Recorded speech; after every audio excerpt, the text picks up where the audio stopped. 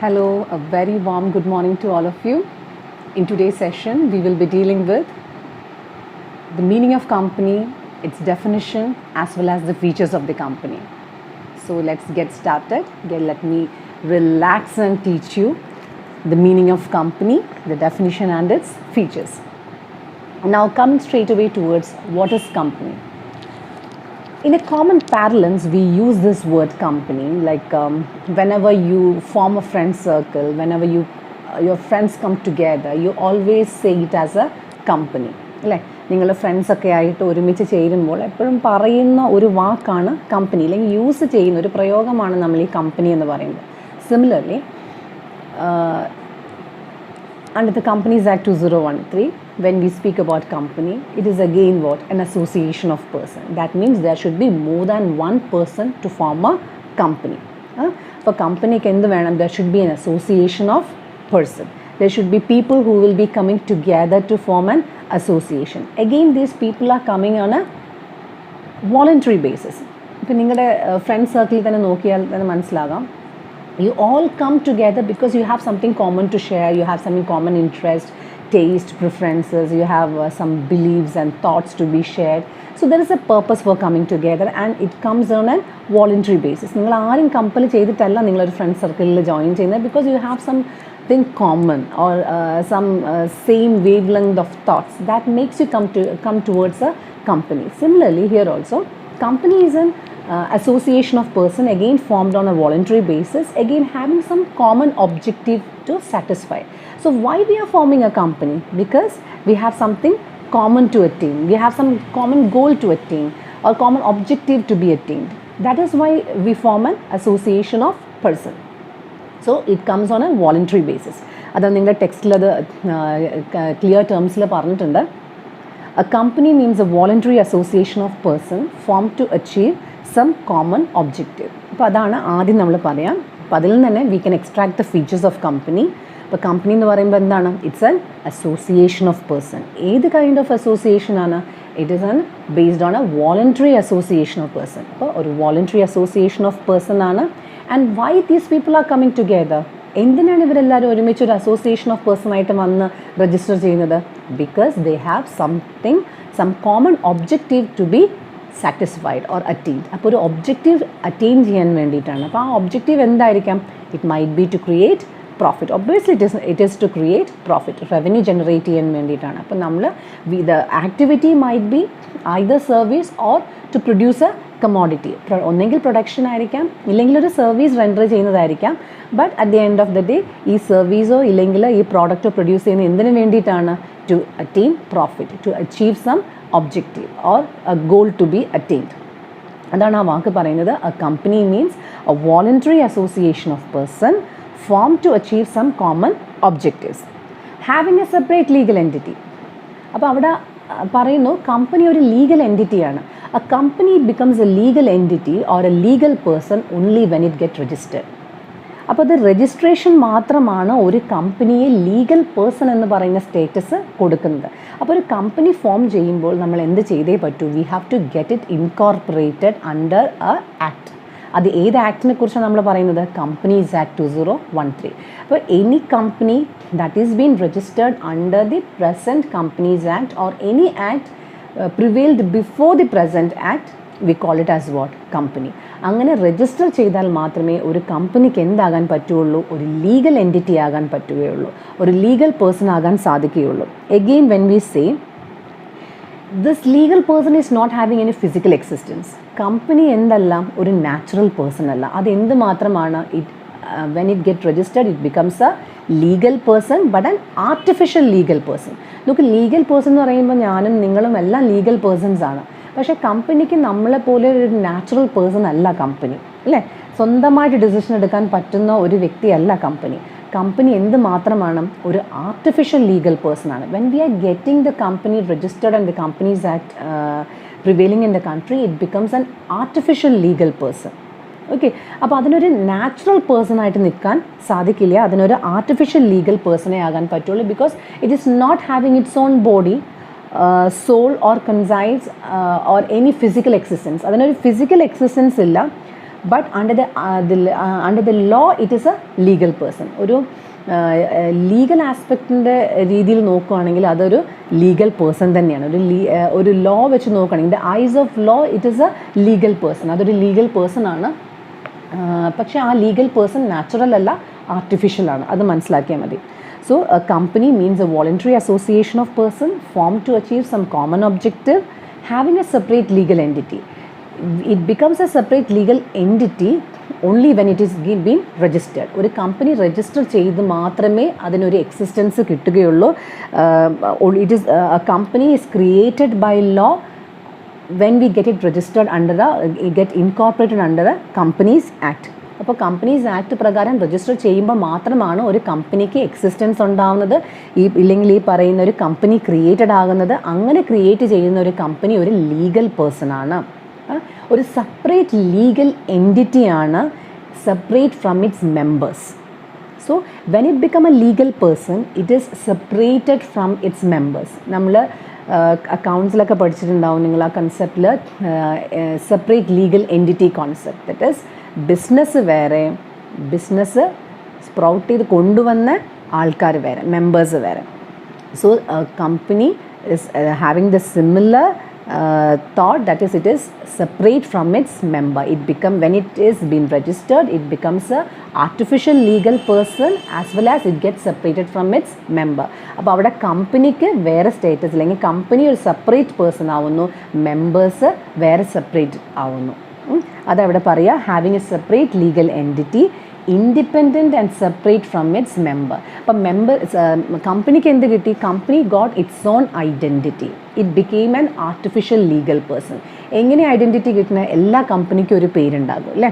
അപ്പോൾ ഇനി ആ കമ്പനീനെ നമ്മൾ അറിയുന്നത് വിത്ത് ദാറ്റ് പെർട്ടിക്കുലർ നെയിം ആയിരിക്കും.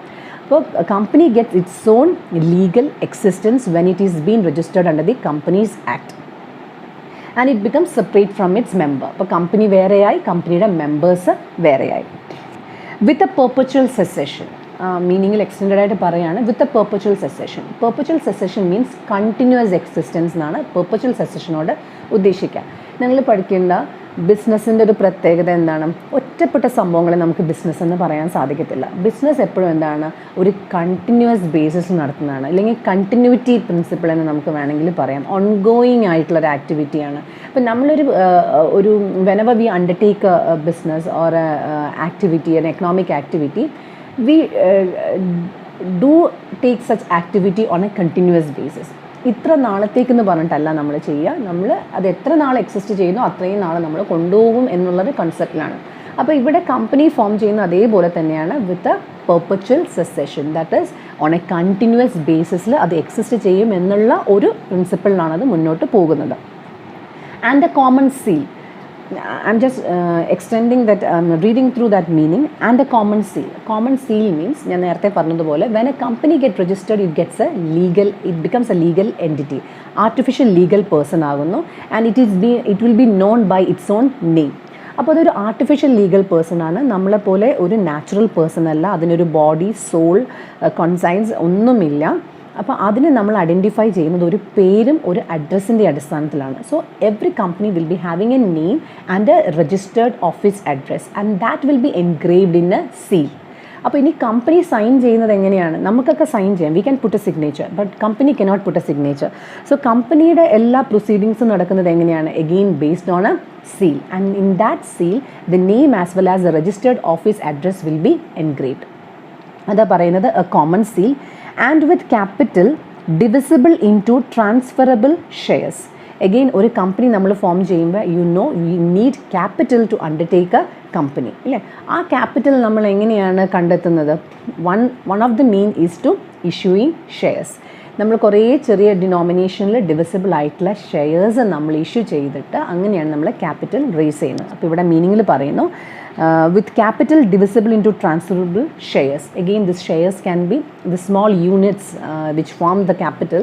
These units or the shares can be transferred. Again adine legal aspects ഉണ്ട്, depending upon whether it's private company or a public company. We will learn that later on. Anyway, this constitute what you call it as a company. അപ്പോൾ ഞാൻ meaning ഒറ്റ സ്ട്രെച്ചിൽ വായിച്ച് കേൾപ്പിക്കാം. A company means a voluntary association of person formed to achieve some common objectives, having a separate legal entity, independent and separate from its members, with a perpetual succession and a common seal, and with capital divisible into transferable shares. അപ്പോൾ ഒരു company എന്ന് പറഞ്ഞിട്ടുണ്ടെങ്കിൽ ഒരു voluntary association of person ആണ്. They came for attaining some common objective. They are having a separate legal entity, independent and separate from that of its members. It is having perpetual succession and a common seal with capital divisible into transferable shares. അപ്പോൾ ഇത്രയും കൂടി ചേരുമ്പോഴാണ് കമ്പനിയുടെ meaning ആവുന്നത്. ഇതിൻ്റെ ഓരോ part എടുക്കുകയാണെങ്കിലും we can say the features of a company. അതിനകത്ത് ഓരോ എക്സ്ട്രാക്ട് എടുക്കുമ്പോഴും നമുക്ക് എന്ത് കിട്ടും, എന്താണ് കമ്പനിയുടെ ഫീച്ചേഴ്സ് എന്ന് മനസ്സിലാവും. ഞാൻ നേരത്തെ പറഞ്ഞതുപോലെ അപ്പോൾ ആ മീനിങ് ഇങ്ങനെയാണ് പറയുന്നത്. ഒന്ന് പറയുന്നു എന്താണ്, what does it say? It's an association of person. What kind of association? Voluntary association of person. Why they have come as an association of person? Because they have some common objective to satisfy. And when they get registered under the Companies Act, they becomes a legal entity. നമ്മൾ പറയും it's a body corporate എന്നൊക്കെ പറയും അല്ലേ. So it becomes a legal entity when it gets registered under the Companies Act. So it becomes a legal entity, independent, separate from its members. And this legal entity എന്താണ്, independent ആണ്. It is independent of its on. A company is independent of its on and it is been separated from its members when it is been registered under the companies act. ഒരു companies act പ്രകാരം register ചെയ്യുമ്പോൾ company വേറെ, members വേറെയായി മാറുന്നു. അതാണ് independent and separate from its members. അഞ്ചാമത് പറയുന്നു വിത്ത് perpetual succession. Perpetual secession എന്ന് പറഞ്ഞാൽ എന്താണ്, കണ്ടിന്യൂസ് എക്സിസ്റ്റൻസ് ആണ്. ആറാമത് പറയുന്നു having A common seal. That is common seal means what, ഒരു സീലിൽ അതിൻ്റെ പേരും the name of the company as well as a registered address will be engraved. That is how the company represents itself. That is, അത് signature കൊടുക്കുന്നതെല്ലാം ഈ seal മുഖേനയാണ്. So it is having a common seal. And the last one is with capital divisible into shares which can be transferred. Okay, അപ്പോൾ ഇത്രയും 7 കാര്യങ്ങൾ ചേർക്കുമ്പോൾ നമുക്ക് എന്തായി, meaning of the company ആയി. And all these 7 points pertains to the feature of the company. ആ കമ്പനിയുടെ ഫീച്ചറിനെ കുറിച്ച് തന്നെയാണ് ആ മീനിങ്ങിൽ കംപ്ലീറ്റ് പറയുന്നത്. Apart from that, coming to the definition of company. ഇത്രയും സിമ്പിൾ ഡെഫിനിഷൻ നിങ്ങൾക്ക് വേറെ എവിടെയും കിട്ടില്ല കേട്ടോ. കമ്പനിയുടെ definition as per the companies act 2013 പറയുന്നത് ഇങ്ങനെയാണ്: a company incorporated under this act or under any previous company law. എന്ത് സിമ്പിളല്ല, ഇത്രയേ ഉള്ളൂ. നിങ്ങൾ ഇത്രയും ചെറിയൊരു ഡെഫിനേഷൻ ഇതിന് മുന്നേ ഒരിടത്തും കണ്ടു കാണത്തില്ല. And this is very easy for you to learn. So ഇവിടെ another important thing that I want to mention is, please take care of the sections. Sections mention ചെയ്തിട്ടുണ്ടായിരിക്കും, സെക്ഷൻസും സബ്സെക്ഷൻസും മെൻഷൻ ചെയ്തിട്ടുണ്ടായിരിക്കും. You have to study it when the exams come.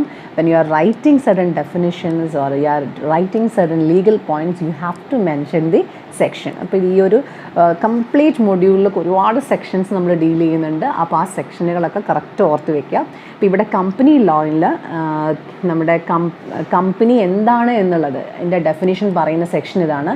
According to section 2 subsection 20 of the Companies Act 2013, the company is defined as a company incorporated under this act or under any previous company law.